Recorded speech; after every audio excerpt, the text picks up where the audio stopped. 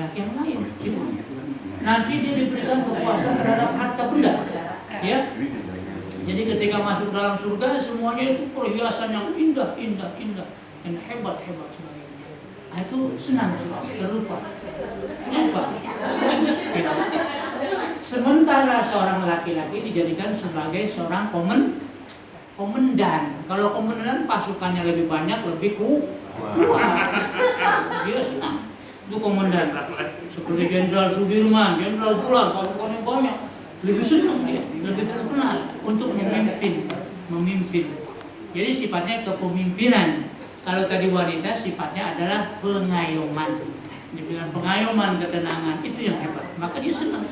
Tapi kalau punya suami penakut, malas, nggak tahu pendaringan udah kosong, padahal punya pekerjaan dan sebagainya, nggak ada ikhtiar lain. Bang, jangan diem aja, kata Bang Ida Royani. Bang Ida iya dong. Habis gua udah dipecat dari pekerjaan, Bang, pendaringan itu kan ada lagunya tuh. Jangan diem di rumah aja. Jual barang, ada kerjaan. Itu mah suami yang bukan pemimpin itu. Ya. Gitu. Betul nggak Ibu? Betul. Itu fitrah namanya. Jadi ketenangan ada di situ.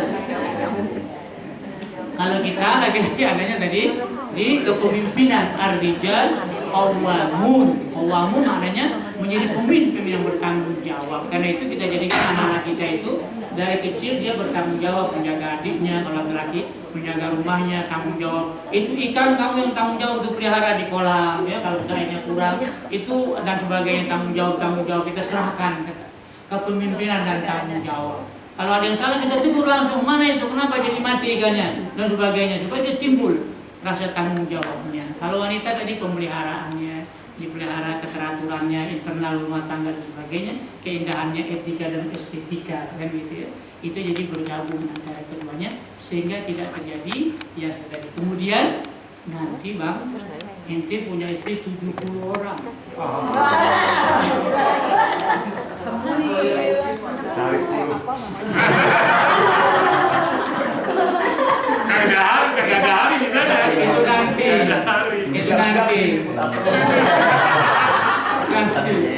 Wa naza'na ma fi sudurihim min dhillin ikhwana. Dan kami akan cabut rasa cemburu dari para istri. Cemburunya nggak ada. Nggak ada dari keluarga karena ada masalah material dan sebagainya. Dulu nggak ada. Nggak ada. Hilang. Karena itu sudah gembira dia mendapat apa tadi perhiasan dalam surga yang indah, memuaskan segala. Wallahu a'lam. Ini ada question? Ada Pak. Iya. Kalau tadi bilang katanya kalau yang namanya jual beli, Iya. itu kan harus ada keikhlasan antara dua belah pihak. Saya pernah ke beberapa supermarket atau minimarket, saya bayar kembalinya permen. Gitu kan, mereka merasa sudah memberikan kewajiban dia kan untuk memberikan kembalian uang pajak. Sementara kita dapatnya permen. Sementara permen itu mereka hargai sesuai dengan menurut mereka. Misalnya nih, saya kembalinya 250. Mereka kasih permennya itu 5 biji. Karena menurut mereka tuh 5 permen itu harganya 250 perak. Mungkin nggak seberapa ya, maksudnya recehan pun kadang-kadang kita taruh di mobil atau di lemari atau di mana yang kita nggak pakai. Cuman kan ada ketidakpuasan kita sebagai pelanggan yang dapat permen bukan uang. Itu gimana? Baik. Jadi itu permen itu masuk dalam bab transaksi juga. Ini ada dua kemungkinan, karena tidak ada selling, tidak ada recehan di situ, sehingga dikembalikan berupa bentuk permen yang dihargakan 1 butir 100 rupiah misalnya. Jadi kalau itu 255 buah. Nah sekarang pertanyaan, iya 50 ya? Oh iya 50. Apakah kita setuju atau tidak? Kalau kita tidak setuju, kita ingin kembalikan dalam rupiah. Tapi dia katakan kami tidak punya uang recehannya, maka terjadi di situ kesepakatan baru. Imma kita batalkan semua perjanjiannya, kita tidak jadi beli, atau kita beli. Nah di sini tinggal kepada para pihak. Ya kalau kita sudah beli barang yang banyak, waktunya sangat sempit dan sebagainya, ini kita butuhkan, maka kita akan sahkan itu. Kita sahkan sebagai jual beli yang baru, gitu kan? Jual beli satu butirnya Rp50. Kalau kita sahkan, sah, berarti boleh. Kalau kita tidak sahkan, kita kembalikan semuanya. Yang tadi sudah kita hitung, yang profil segala macam itu batal semuanya. Karena ini masuk ke dalam jual beli juga. Iya. Saya mau nanya, kaitannya kayak gitu juga, cuman ini fotokopian Pak. Iya. Jadi kalau misalnya fotokopian, terus barangnya 100 gitu, kita kan udah terlanjur fotokopi. Terus dia kasih kembalian permen, terus ternyata fotokopian ada yang kurang, kita kembaliin permennya buat bayar fotokopian, haram.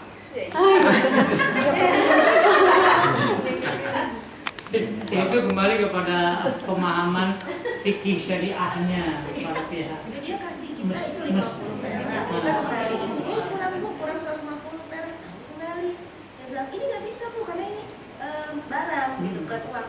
Ini bukannya tadi Kan dari dia juga, sudah dihargakan. Maksudnya dia terima. Kalau enggak kan dia berarti jualan permen juga. Ini jual itu permen itu jualan. itu yang Karena bikin ibu bukan. berantem Pak. Nah, disitulah perlunya kita punya ibu-ibu. Kalau bapak-bapak itu nggak ada masalah. Kalau bapak pilih rasa aja Pak. Oh, kasih makan Oke, rasanya. Yang ibu-ibu ribet. Teliti ya, teliti dalam mengatur keuangan rumah tangga. Ini ya kebaikan rumah tangga sebenarnya supaya jangan boros dan sebagainya. Itulah perlu kita ada yang mengatur keuangan kita, ibu-ibu kita. Baik, lanjut. Ada lagi?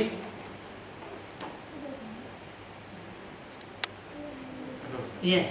Jadi kalau begitu mari kita lihat lagi ada apa selanjutnya. Ya.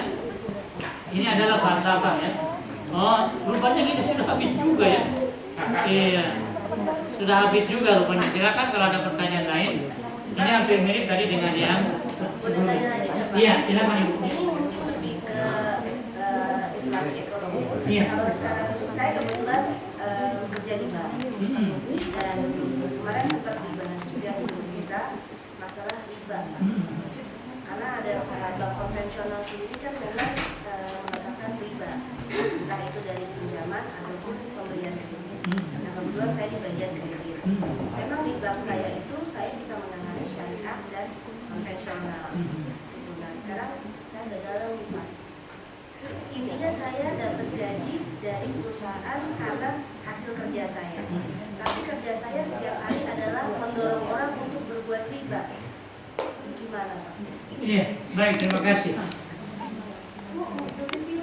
Iya.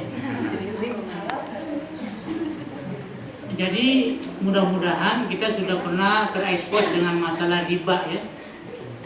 Riba itu tidak ada lain transaksi pertukaran dasarnya antara sesama barang ribawi sejenis, tapi kadarnya berbeda, gitu.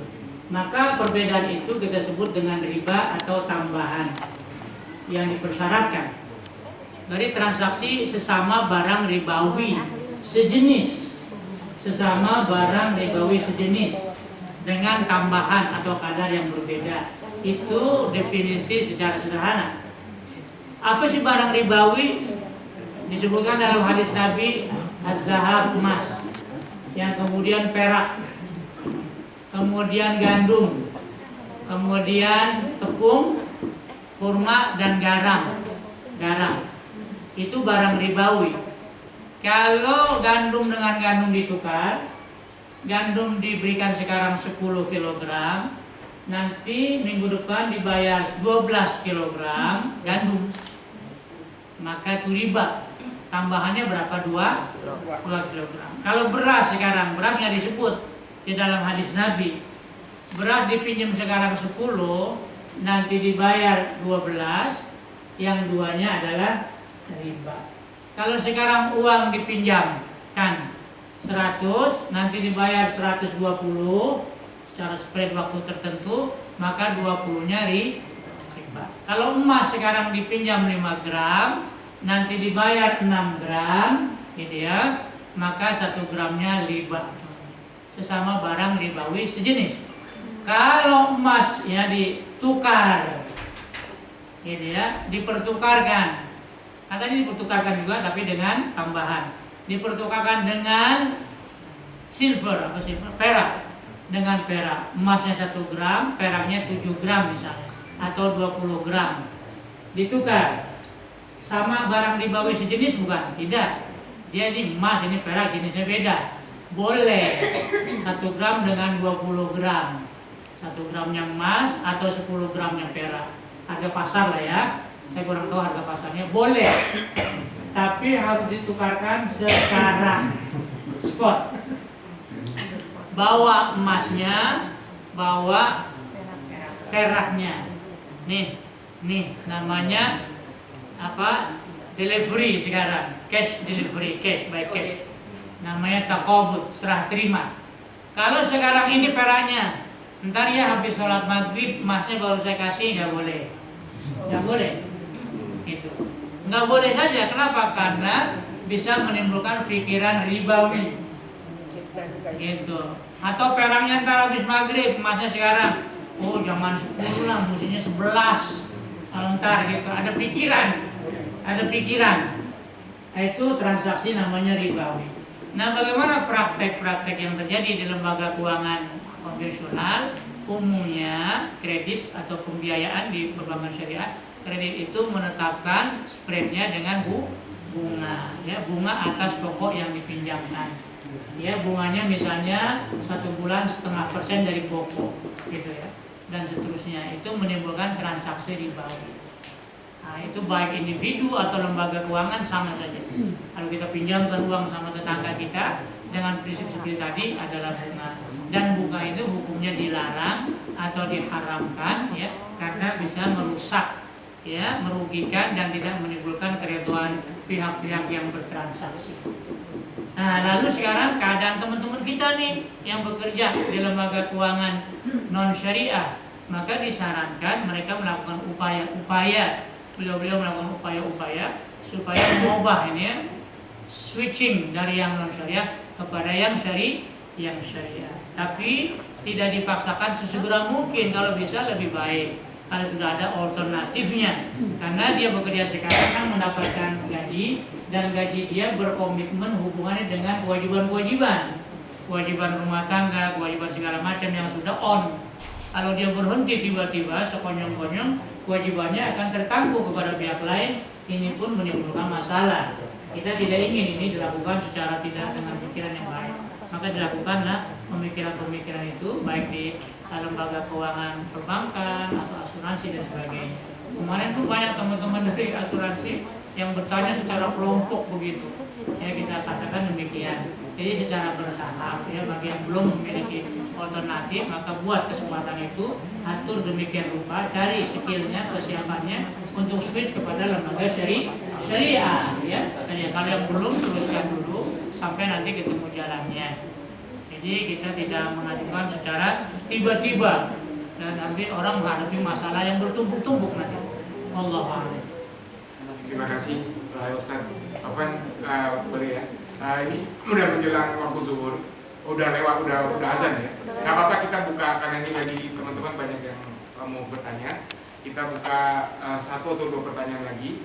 Setelah itu mungkin kalau Ustaz berkenan, kita sholat zuhur bersama, kita foto dulu, sholat zuhur bersama.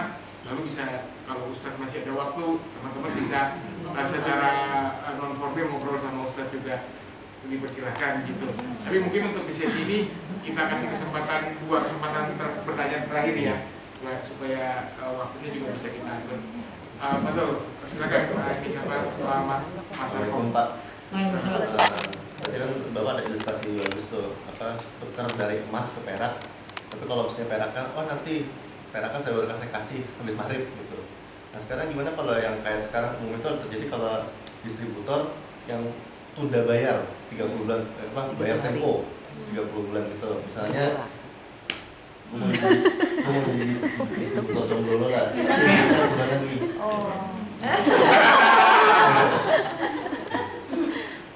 Ada apa hukumnya gimana Pak? Soalnya kan secara kepemilikan saya kan belum bayar ke dia, berarti barangan dia itu belum jadi sepenuhnya hak milik saya buat dijual kembali. Itu gimana Pak? Baik, terima kasih. Mari kita analisis langkah demi langkah.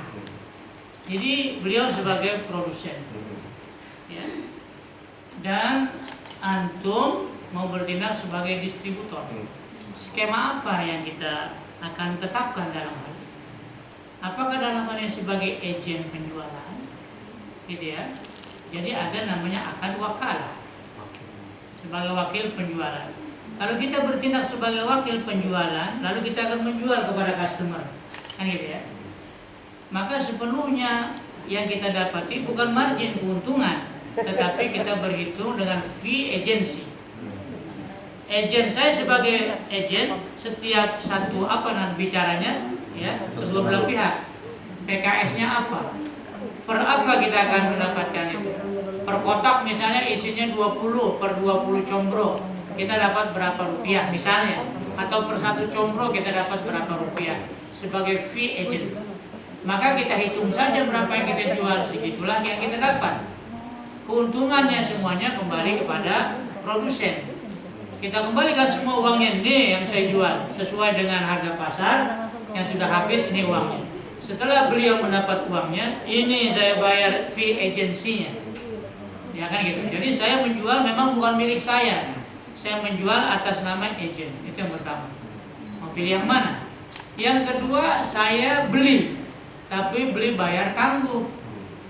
Saya beli misalnya 1000 combro, contoh saja, ya, 1000 combro yang akan diproduksi. Donat, ya, ayam goreng Ismail, seketul 2 ketul, RM1. Ya, kita beli 1000 combro, tapi dengan bayaran tangguh. Nanti delivery combronya sesuai dengan PKS kita, ya, berapanya 100 atau apa, itu berapa akan kita bayar? Kita akan bayar tangguh. Apakah bayar tangguh kita di akhir sampai 30 hari atau 20 hari, atau kita akan bayar di taksit, ya, 10 hari akan saya bayar sampai 30 hari misalnya, janji kita. Terserah. Kalau sudah begitu, namanya saya sebagai pemilik. Kita kesininya memang tanggung, tidak apa-apa kita bayar tanggung, ya kan? Yang penting jelas termnya. Kita akan bayar, kalau harganya 30, 10 gitu contohnya. Ya, 10 hari saya bayar 10 hari kedua saya bayar 10 hari ketiga saya bayar semuanya. Baik itu combro habis, terjual atau tidak, itu urusan saya. Karena saya sebagai pemilik dan penjual. Terserah mau pilih pattern skema yang mana. Dua-duanya asal dalam kesepakatan itu jelas. Nanti deliverynya, ongkos deliverynya siapa dan sebagainya itu dijelaskan dalam term and condition kita antara para pihak yang bertransaksi. Sebenarnya kalau misalnya kayak tapi begini, ada hadis Nabi SAW kepada Hakim Ibn Hizam, keponakannya.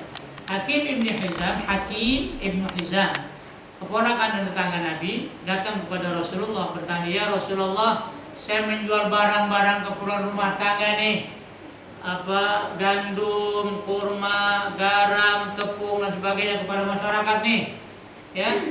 Tapi saya belum punya barangnya. Nanti saya akan datang ke rumah tangga, telepon, Bu, Pak, mau pesan apa nih, mau beli apa?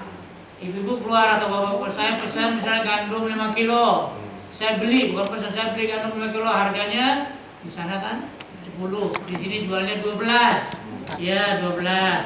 Ibu Anu ayam segala macam, udah tuh catatan ini dibawa, ya kan, dibawa. Ada yang bayar cash, ada yang bayar nanti waktu diserah barangnya.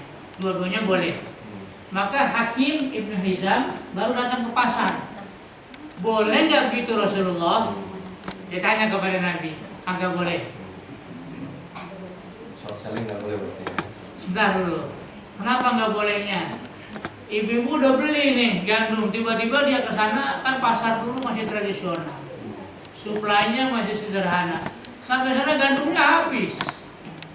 Padahal dia udah jual sama ibu ini. Uang udah diserahkan, bagaimana nih? Gitu. Uang sudah dikasih, ketika ke pasar barangnya habis. Ibu Anu pesan dulu kan ini sederhana ya, habis sudah barangnya. Padahal dia bertindak sebagai apa? Penjual barang. Penjual barang, kata Nabi, syaratnya harus kau sudah miliki barangnya. Kata Nabi, la tabi' ma laysa indak. Jangan kau berjual beli barang yang belum kau miliki. Nanti waktu dibeli tidak bisa menyerahkan barangnya karena habis di pasar. Itu la tabi ma laysa indak. Gitu. Kecuali kalau kita sudah order nih di pasar, tukang ini, kita sudah pesan. Saya sudah beli nih Bang ya.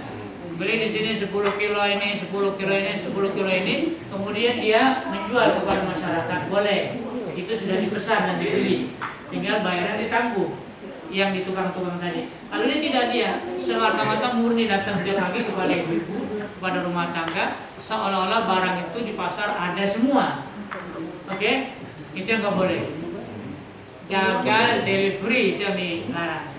Menimbulkan nanti konflik. Kalau saya sudah tunggu pertama tamu saya sudah ada ini, saya mau masak malam ini, barangnya nggak ada. Saya udah bayar, udah beli. Konflik dia. Konflik dengan customer. La tapi ma laysa inda. Perhatikan itu. Kalau dia bertindak sebagai penjual. Tapi kalau ibu-ibu, bapak-bapak, siapa yang mau saya tolong belikan. Saya bertindak sebagai wakil. Beda. Saya wakil menjualkan. Ibu mau berapa nih? Saya tindak sebagai wakil yang ke pasar. Upahnya sedikit kan gitu. Setiap itu. Biasa titipan. Oh, jasa titipan.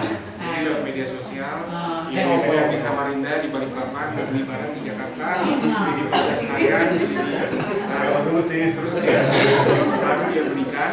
Setiap item dia diupah 50.000 atau 100.000. Just tip ya, itu boleh. Karena saya sebagai wakil, barangnya nggak ada, saya lapor barangnya ada lagi. Saya nggak dapat upah, tidak menimbulkan konflik, yang konflik antara para pihak. Jadi teman-teman yang kembali kepada akarnya, artinya Islam itu sangat fleksibel dan punya berbagai opsi akad. Seperti tadi bahwa yang mau dipakai itu sebagai akad kepemilikan itu beda dengan akad sebagai wakil. Kalau kepemilikan kan tadi udah jelas harus ada dulu barangnya gitu. Tapi kalau wakil dia lebih fleksibel karena dia akan menginformasikan ini barangnya ada apa enggak, dan fakti sebagai fee atau ujrohnya dia itu juga diinformasikan. Oke, sesuai kesepakatan satu penanya lagi kalau ada. Kalau nggak ada kita menuju ini. Ada musikat nih. Ngomong. Ada ya.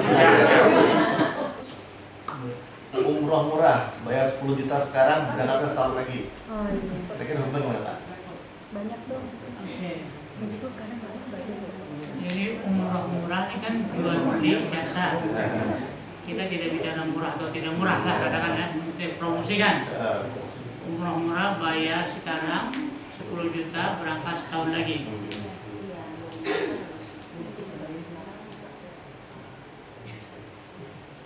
Bayar sekarang berangkat 10 tahun lagi. Berangkat 10 tahun lagi berapa ongkos? Setahun lagi berapa ongkos nanti pada saat itu? Kira-kira ada perbedaan harga nggak antara yang dibayarkan sekarang sama kalau dia real dia berangkat besok, kosnya itu kira-kira sama atau beda? Asumsi aja. Anggaplah beda lah ya. Ada kenaikan 2 juta misalnya ya, atau kenaikan 1 juta. Jadi dalam transaksi prinsipnya begini. Transaksi itu tadi kan sudah kita buka tadi ya, rukun transaksi tadi, rukun dan syarat tadi. Ya, ada rukun, ada syarat tadi dalam.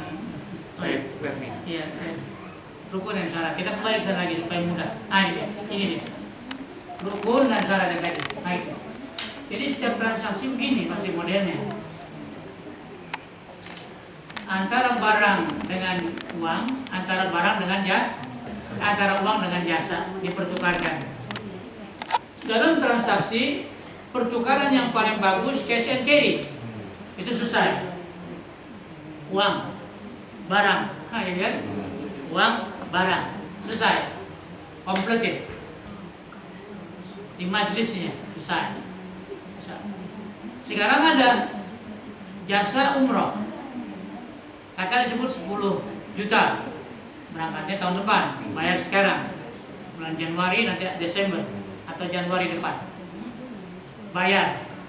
10 juta dibayar belum? Udah. Udah dibayar, clear. Jadi dalam transaksi harus ada paling kurang salah satu counterparty diserahkan. Counterparty itu pasangan nih. Jasanya nanti boleh nggak jasa ditangguh? Boleh, kan gitu ya. Kadang-kadang uangnya ditangguh, barangnya diambil. Seperti saya belanja di koperasi karyawan, ambil susu segala macam, harganya berapa? 200.000. Ambil tuh barangnya. Uangnya kapan? Nanti waktu gajian dipotong, kan gitu ya. Uangnya belakangan. Boleh gitu? Boleh. Salah satunya harus ada yang diserah terima. Boleh nggak saya itu jual beli? Ini saya akan jual nih motor 2 juta murah. Tapi nanti bulan depan, bulan Agustus, tanggal 17 Agustus. Uangnya kapan? Tanggal 17 Agustus juga. Tapi kesepakatan sekarang. Boleh. Boleh nggak? Boleh. Nggak boleh. Silakan. Nggak ada yang diserahkan. 17 Agustus motor diserahkan. 17 Agustus duit baru diserahkan. Tapi sekarang saya jual Pak Yudi. Saya beli, kata Pak Yudi. Jadi, deal. Oke, deal. Deal nggak itu? Apa yang didealkan? Apa yang didealkan? Nggak ada yang diserah terimakan. Sah tidak? Tidak sah. Itu janji belaka. Tidak ada ikatan transaksi jual dan beli. Nah, Kalau dijual motornya nggak salah, kan? Hah? Kalau dijual sama orang lain, nggak salah. Karena saya belum menyerahkan apa-apa. Beliau belum serahkan motornya. Dia cuma omongan. lagi ya. Kalau itu lebih baik nggak usah janji seperti itu. Nah kalau tadi udah serahkan, ini kita udah baca term conditionnya, ya kan, segala macam, umroh pelayanan gini. Jadi, kemudian kita serahkan sekarang bayar 10 juta, contohnya tadi kita akan berangkat tahun depan. Bagaimana mekanismenya nanti kita akan serahkan. Dan sebagainya itu sah. Syaratkan. Tapi itu nggak unsur goror, nggak ada unsur ketidakberdasarkan. Ibaratnya berangkatnya kan belum gimana ya, belum bisa dipastikan juga gitu. Apakah dia bisa langsung, misalnya kalau dia nggak terima apa-apa gitu, cuma terima janji aja gitu, dia kan bisa berangkat. Kan ada ini, apa kita yang kondisi yang kita tanda tangan. Apa bisa mungkin nih Pak Akum di Mitsubishi UFJ ya, Bang ya. Mungkin sangat familiar dengan transaksi foreign currency ya, jadi treasury transaction. Jadi di Dewan Syariah Nasional sendiri sudah memfatwakan fatwa tentang syarf, jual beli antara mata uang asing dengan mata uang Indonesia. Sebagaimana tadi disampaikan oleh Ustaz, uang itu adalah benda ribawi, karenanya jenisnya yang mau dipertukarkan itu harus beda. Jadi nggak bisa rupiah sama rupiah bisa ditukar. Harus antara mata uang yang berbeda. Nah, itu udah dikeluarkan fatwa bahwa yang namanya jual beli beda mata uang tadi dan ada jarak harinya itu hanya bisa dilakukan untuk transaksi spot, tot, dan tom. Spot berarti pada saat itu, tot itu today, tom itu tomorrow, ya kan? Nah, tapi transaksi spot, tom, sama tot tadi itu dikonsider correct me if I'm wrong, itu apabila karena ada persyaratan administratif sehingga delivery daripada mata uang yang berbeda currency tadi itu dipersyaratkan gitu. Nah, lebih dari 2 hari hukumnya haram, ya Ustaz ya, hukumnya haram kecuali, jadi kalau untuk forward itu kita nggak bisa transaksi forward kecuali apabila ada yang namanya lil hajah. Nanti Ustaz bisa jelaskan. Lil hajah itu adalah kehancuran yang bisa menimpa seseorang apabila itu tidak dilaksanakan untuk forward. Contohnya kalau kita jadi importir, ya kan, kita punya kewajiban untuk membayar dalam currency misalnya pound sterling atau US dollar. Nah, kita tahu bahwa mata uang itu fluktuatif. Nah, kalau kita nggak melindungi diri kita, nanti suatu saat kita ternyata mata uangnya itu tinggi dan kita jadi nggak mampu untuk melakukan pembayaran, itu bisa dilakukan hedging.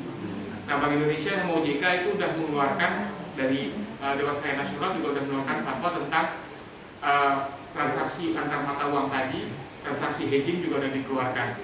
atas dasar lil hajah tadi. Jadi kita sebagai importir punya kepentingan untuk melakukan pembayaran suatu saat terhadap mata uang asing, dan supaya jangan fluktuatif kita melindungi gitu. Mungkin Pak Ustadz bisa menjelaskan secara lebih detail.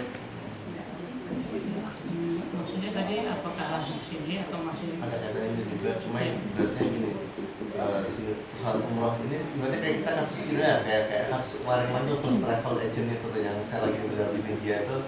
Dia berani mengambil dana masyarakat dengan menawarkan umroh murah, tapi kemudian ternyata ada yang jadi berangkat tapi telat banget, ada yang malah nggak sama sekali di refund tapi cuma berapa persennya, dan sekarang malah dikembang kan di kasusnya itu.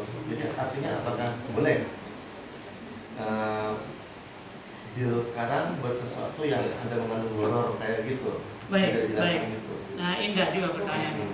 Apakah masuk ke dalam menimbulkan babul horor, uncertain, ketidakpastian terhadap paket keberangkatannya?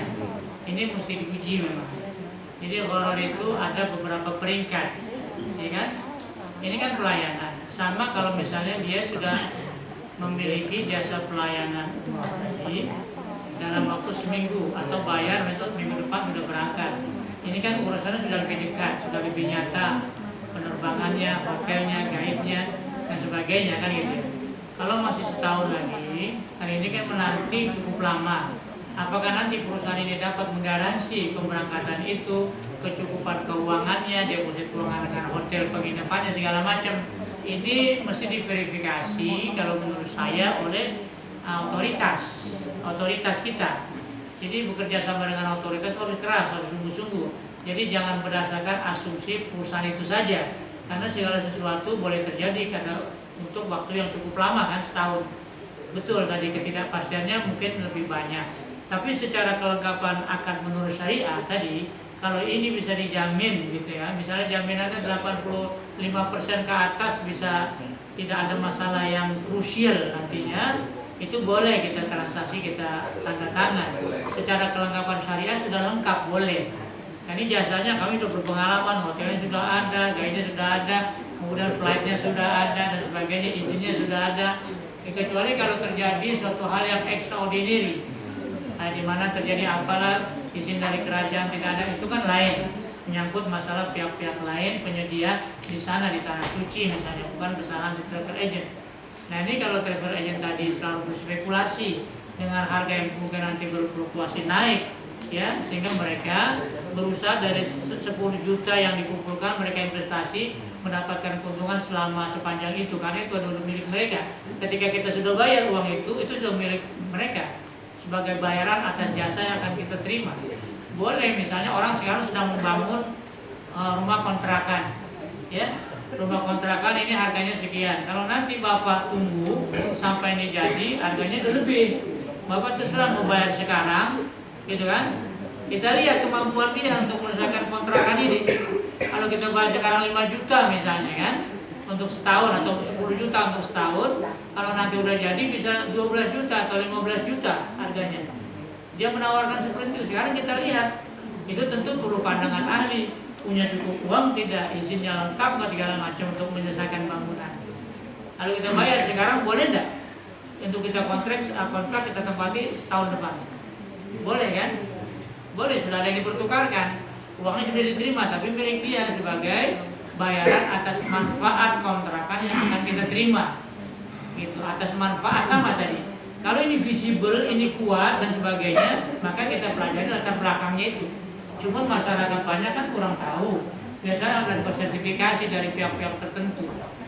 Mungkin tadi dikhawatirkannya itu Ustaz, apa misalnya first travel atau kita nggak ngomong merek ya, ada travel umroh gitu ya, dia kasih harga murah terus habis itu bayar sekarang. Itu mungkin juga nanti akan terkait dengan banyaknya jamaah umroh yang bisa ikut sama travelnya dia, atau mungkin uangnya terus nanti masih akan diinvestasikan ke beberapa instrumen investasi. Nah, itu kan sifatnya uncertain tadi, horornya tadi ya. Nah, sementara jatuh tempo kewajibannya itu kan juga uncertain juga gitu besok. Mungkin itu kan apakah lebih banyak mudorotnya atau lebih banyak manfaatnya itu? Ada dua artinya. Jadi kalau itu al-gharar katsir, dia tidak bisa verifikasi kapan tahun depan itu tanggal berapa. ya kan? Jadi itu masuk eksesif goror yang sangat banyak gorornya. Sehingga kalau goror itu terlalu tinggi, uncertainty terlalu tinggi, kelas plus kelas, itu batal sebenarnya transaksinya. Kalau di tengah-tengah, imma wa imma, mana nih lebih kepada kita apa kepada dia? Merugikan kita lebih banyak atau ditanggung jawab dia? Itu terserah. Kalau yang yasir kami pastikan Pak, ya gitu.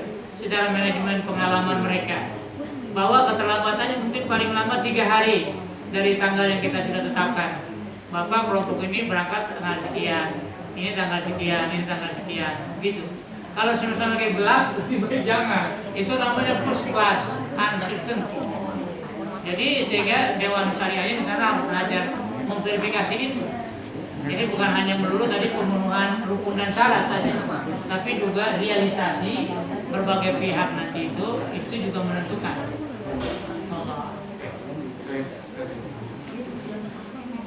Oh iya. Langsung ke Ustaz. Jazakallahu khairan katsir Ustaz. Atas penjelasannya, sharing-nya teman-teman semua. Jazakumullah khairan katsir atas partisipasinya dalam materi ini. Sebagaimana yang kita sampaikan bahwa keterbatasan waktu juga yang membuat materi ini jadi harus kita akhiri. Insya Allah kalau Ustaz masih ada waktu kita sholat berjamaah, kita minta Ustaz untuk imamkan sholat kita. Setelah itu juga kita sebelumnya mungkin akan berfoto dulu untuk mendokumentasikan ini. Mungkin itu yang akan disampaikan. Ya, makan siang jangan lupa sama bazar. Bazar tadi sudah dijelaskan kan bahwa dengan skill dibuat oleh tangan sendiri, niatnya itu juga niat yang baik dan benar, maka insya Allah kayak jihad fisabilillah.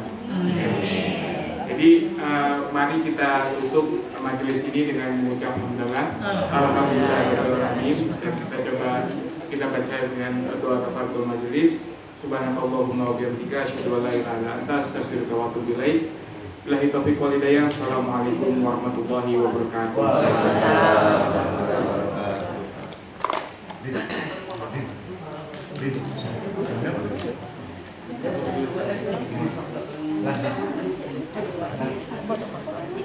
Mana nih? Yeah, of course.